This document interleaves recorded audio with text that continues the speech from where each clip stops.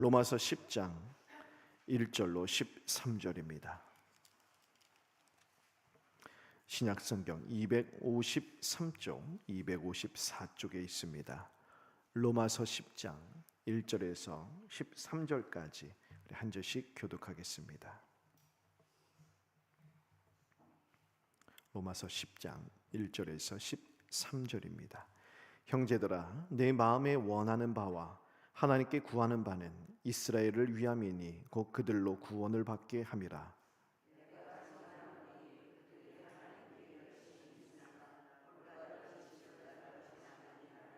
하나님의 의를 모르고 자기 의를 세우려고 힘써 하나님의 의에 복종하지 아니하였느니라.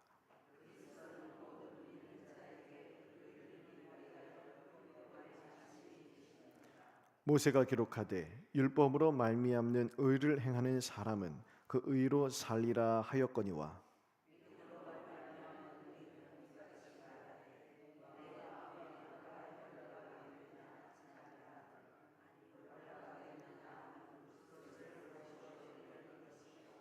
혹은 누가 무저갱에 내려가겠느냐 하지 말라 하니 내려가겠느냐 함은 그리스도를 죽은 자 가운데서 모셔 올리려는 것이라.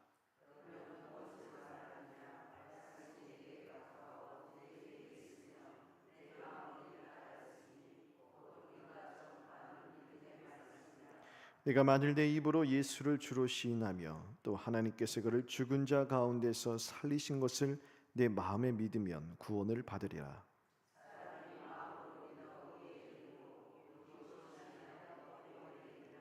성경에 이르되 누구든지 그를 믿는 자는 부끄러움을 당하지 아니하리라 하니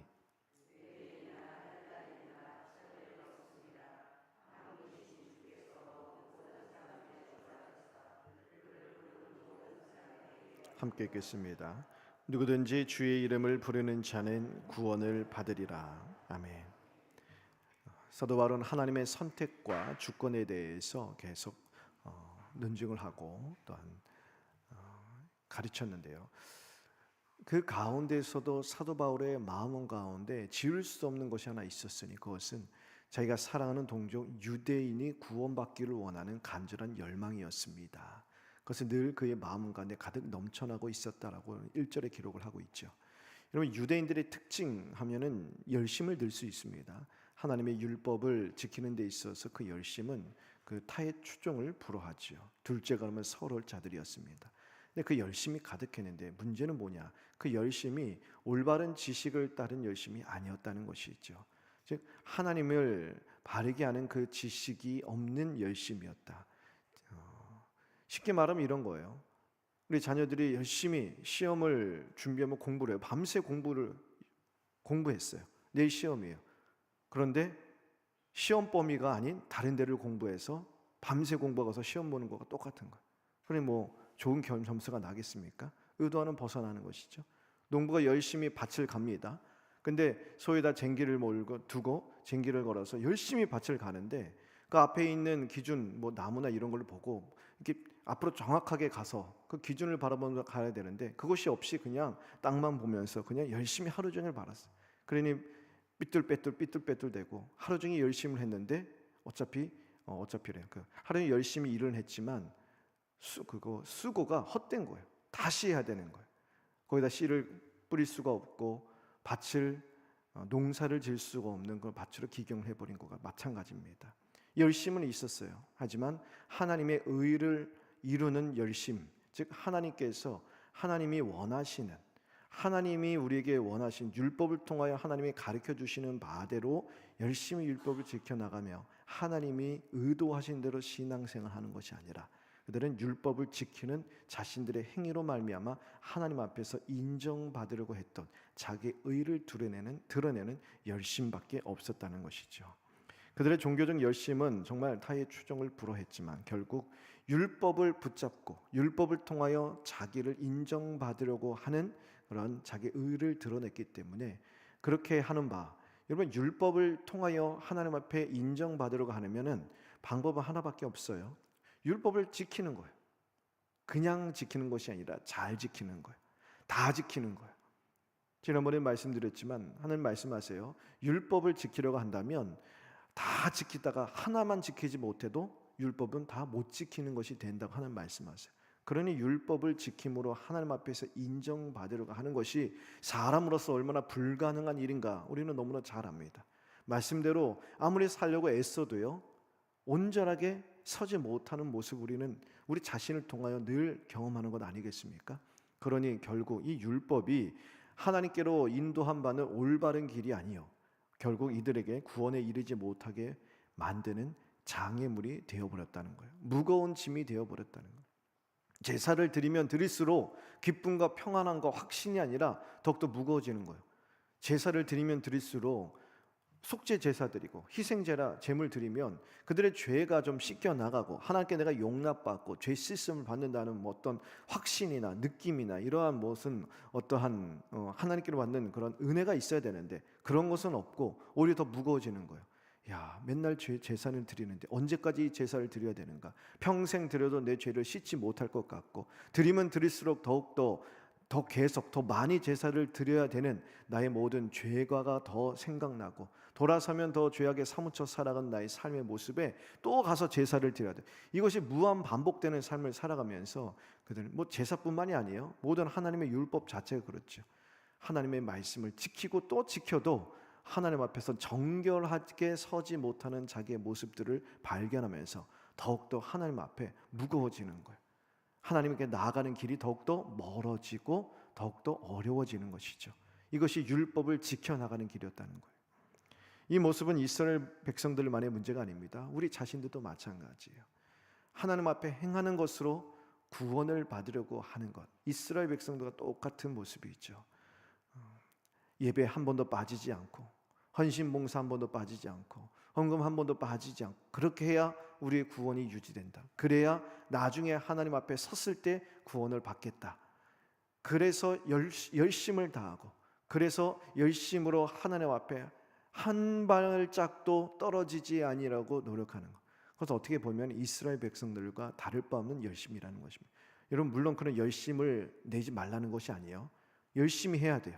하나님께로부터, 주님께로부터 한 걸음도 떨어지지 않도록 우리는 열심을 내야 됩니다. 근데 그 열심이 어떤 열심이에요? 복음에서 나오는 열심.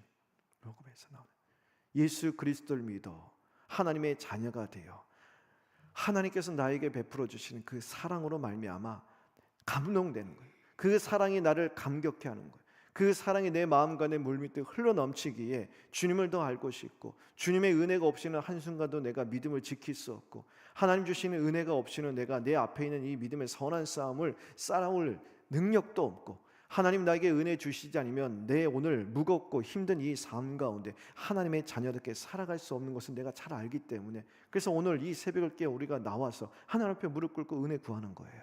하나님 말씀 없이는 내가 하나님을 제대로 붙들 수 없고, 하나님이 말씀해 주신 길로 내가 나아갈 수 없기 때문에 하나님 앞에 나아가 무릎 꿇고 주의 말씀을 사모하는 것이고, 그 내 모든 삶을 들어 주님을 더 알고 싶고, 주님이 없이는 내 삶에 의미가 없기 때문에 이 말씀을 통해 하나님을 더욱더 사랑하고 싶어서 우리 계속 말씀의 자리, 기도의 자리로 나오는 것이고, 또한 주님 주시는 사랑이 내 마음을 감격하기에 주님 주신 직분과 봉사와 헌신을 기쁨으로 감당하는 거예요.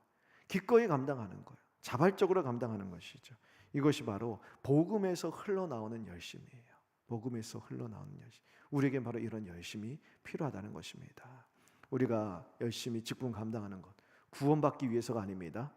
구원받았기 때문이에요. 우리가 하나님을 예배하고 기도하는데 눈이 오나 비가 오나 바람이 부나 이 자리를 끝까지 사모하면서 이 자리에 나와 하나님 앞에 나오는 것, 하나님 앞에 엎드리는 것, 구원받기 위함이 아니에요. 물론 예수를 믿지 않은 자들은 구원받기 위해서 그렇게 해야 되죠.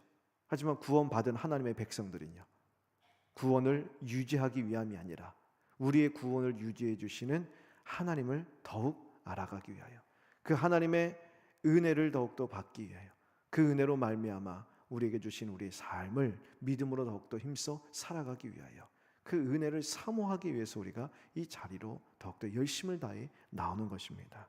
6절과 7절을 보세요. 누가 하늘에 올라가겠느냐, 누가 무저갱에 내려가겠느냐. 무슨 말이냐면, 누가 예수님을, 그리스도를 하늘로부터, 하늘 보좌에서부터 끌어내겠느냐, 그러니까 이곳으로 내려오게 하겠느냐? 또한 무적행에서 그리스도를 죽은 자에서 죽은 자 가운데서 이곳을 다시 올리겠느냐? 무슨 말을 하느냐? 초인간적인 능력을 이야기하는 거예요. 열심을 다하고 정성을 다해서, 그래서 예수님이 간복해서 저 하늘에서 우리가 원하는 대로 주님 제발 좀 내 앞에 나타내 주세요. 내 이곳에 좀 나와서 내 앞에 나타내 주십시오. 그렇게 만들 수 있도록 초인간적인 어떠한 능력을 행함으로 하나님을 간복시킬 수 있겠느냐라고 이야기하는 거예요. 그럴 수 없는 것이죠. 즉 복음 안에서 하나님이 요구하시는 것은 이런 초인간적인 열심과 어떤 헌신이 아니라는 거예요. 그래서 하나님을 감동시켜 드려서 하나님의 하늘 보좌를 버리고 이곳에 내려오도록, 마치 예수 그리스도가 무덤에 묻히셨는데 그 다시 살아나도록 내가 하나님을 감복시키고 예수님을 감동시켜서 그렇게 하나님과 예수님을 움직이게 만들 수 있겠느냐? 그럴 수 없다라는 거예요. 복음 안에서 하나님이 요구하시는 것은 그러한 것이 아니라 믿음이라는 거예요. 믿음. 그래서 이 9절 이후에 사도 바울은 새로운 시대에 임한 하나님의 구원 방식에 대해서 설명을 하는 것이죠. 율법이 거룩하고 선하고 의롭다 해도 사람을 의롭게 하지 못할 때 예수 그리스도께서 율법의 요구를 이미 십자가에서 다 이루셨습니다. 그리고 이제는 누구든지 그를 믿는 자마다 하나님의 의로움을 덧입게 하셨어요. 그래서 누구든지 주의 이름을 부르는 자는 구원을 받으리라. 사도 바울이 이야기하고 있는 것이죠. 여기는 유대인이나 헬라인이나 차별이 없습니다. 누구든지 주께로 나와 죄를 회개하고 그리스도 예수를 주로 믿고 고백하는 자는 구원을 받습니다. 당시 로마 제국 아래에서 주로 시인한다. 주라는 이름은 황제를 부르는 호칭이에요.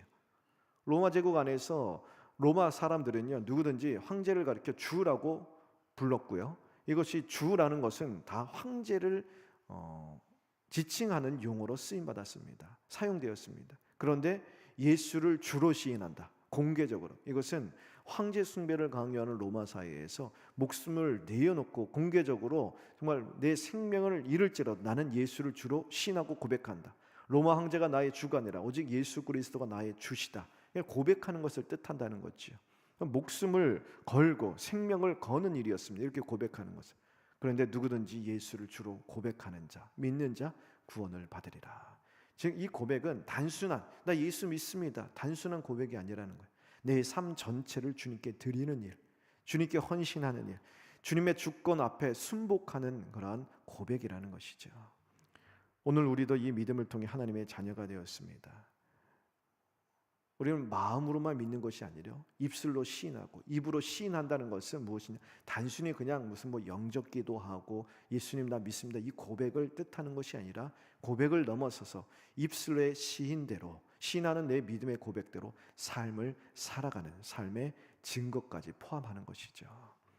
가정에서나 일터에서나 우리의 일상의 작은 선택과 결정 하나하나 주님의 뜻을 우선시하면서 내가 하나님의 자녀로서 내 생각대로 행할 수 있고 내 뜻대로 결정하고 움직일 수 있지만 하나님 기뻐하시는 일이 무엇일까? 작은 일상의 일단 하나하나에서도 그것을 우리가 생각하는 거예요. 왜냐하면 그 모든 것이 다 영적 전투이기 때문이죠. 우리 안에 늘 육신의 소욕과 새로운 본성의 이 소욕이 늘 싸움을 한다고 말씀드렸잖아요. 하나님의 기뻐하신 길로 따라가자. 내 안에 있는 새로운 본성이 나에게 속삭이지만 또 한편에서는 육신의 본성이 그러지 말고 내 원하는 대로 해, 내 편한 대로 해, 내 마음 가는 대로 해. 우리 마음 가는 대로 하는 것은 절대로 하나님이 원하시는 길로 가지 않습니다. 기도하지 않고 세상 속에 머물게, 하나님 말씀 듣지 않고 드라마 보게 만들고, 물론 여러분 죄송해요, 드라마는 나쁘다는 것이 아니에요. 무엇을 뜻하느냐? 우리 본성은 하나님이 원하는 대로 가지 않게 만든다는, 늘 편한 길로 가게 한다. 하나님 앞에 무릎 꿇고 말씀 사모하고 하나님 생각하는 것보다 세상적인 자리로 가게 만든다는 거예요. 그렇게 늘 우리로 이끄는 육신의 본성과의 싸움이 있는데, 그래서 우리 일상의 작은 것 하나 선택하고 결정하는 데 있어서도 우리의 육신의 소욕이 따르는 대로 결정하지 않고 어떻게 하면 하나님이 기뻐하실까? 어떻게 하면 빛의 자녀께 살아가는 길로 선택할 수 있을까? 어떻게 하면 하나님의 자녀답게 생각하고 말하고 행동하는 대로 내가 이 모든 작은 것 하나도 결정하고 선택할 수 있을까를 생각하는 것. 그래서 사도 바울이 영의 일을 생각하라 했잖아. 이 모든 것 다 영의 일이죠. 이런 것들을 생각할 수 있도록 우리는 늘 우리 예수의 주인 되심을 드러내는 삶을 살아갈 수 있도록 우리 하나님 앞에 은혜를 구해야 한다는 것이죠. 또한 초대교회 성도들이 황제 숭배 앞에서도 예수 그리스도를 주저함 없이 주로 시인한 것처럼 우리도 세상의 조롱과 어떠한 불이익의 앞에서 신앙을 숨기지 않고 하나님 앞에서 신앙의 양심을 지켜 나가는 일에 힘써야 합니다. 주님을 향한 나의 신앙의 빛을 우리 세상 가운데, 가정 가운데, 또 일터 가운데, 세상 속에서 살아가는 삶의 환경 속에서 부끄러움 없이 드러낼 수 있도록 우리에게 담대한 믿음을 주시길 위해서 기도합시다. 그렇다고 우리가 가서 나 예수 믿는다고 이렇게, 물론 좋지요. 제가 말씀드리는 것은 하나님 앞에서 신앙의 양심대로 행하는 거예요. 사람들 보는 그러한 보이는 행동 이전에 하나님, 우리 모든 행동을 감찰하시는 하나님 앞에서 우리가 신앙의 양심을 지켜 나간다면, 그럼 우리 주변에 있는 사람들 가운데 우리의 삶의 행동의 모든 모습들이 진실하고 신실하게 그리스도의 빛을 드러내는 삶의 모습으로 드러나게 되어 있습니다. 마치 요셉이 보디발 장군의 아내가 유혹을 할 때 하나님 앞에서, 사람들이 보지 않을 때를 하나님을 보시는데 하나님 앞에서 내가 어떻게 죄를 범할 수 있겠는가, 그런 종교개혁자들에서 코람데오라는 그런 모토를 하지요. 하나님 앞에서 매사에 우리가 하나님 앞에서 행한다, 그런 마음을 가지고 하나님 앞에서 정직하고 순결하게 행한다는 그런 마음을 가지고 오늘 하루도 하나님 앞에서 행하는, 이것이 바로 우리가 예수를 믿는 우리의 신앙을 담대하게 드러내며 살아가는 삶의 방식입니다. 그렇게 행하는 하루가 되었으면 좋겠고요. 또한 예수님은 내 삶의 주인이다라는 입술의 고백이 우리 삶의 열매로 이어지도록 내 안에 끊임없이 일어나는 이 죄와의 싸움을 오늘도 힘써 싸워나가면서 나의 말과 행동과 생각이 의의 도구로 들여지는 일에 힘쓰게 되기를 바랍니다. 그럴 때 세상은요, 우리의 고백을 보고 하나님을 보고 예수 그리스도의 향기를 느끼고 그리스도의 빛을 바라보며 그 가운데 주님께로 나오는 그런 영혼들이 있게 될 줄 믿습니다. 기도하겠습니다.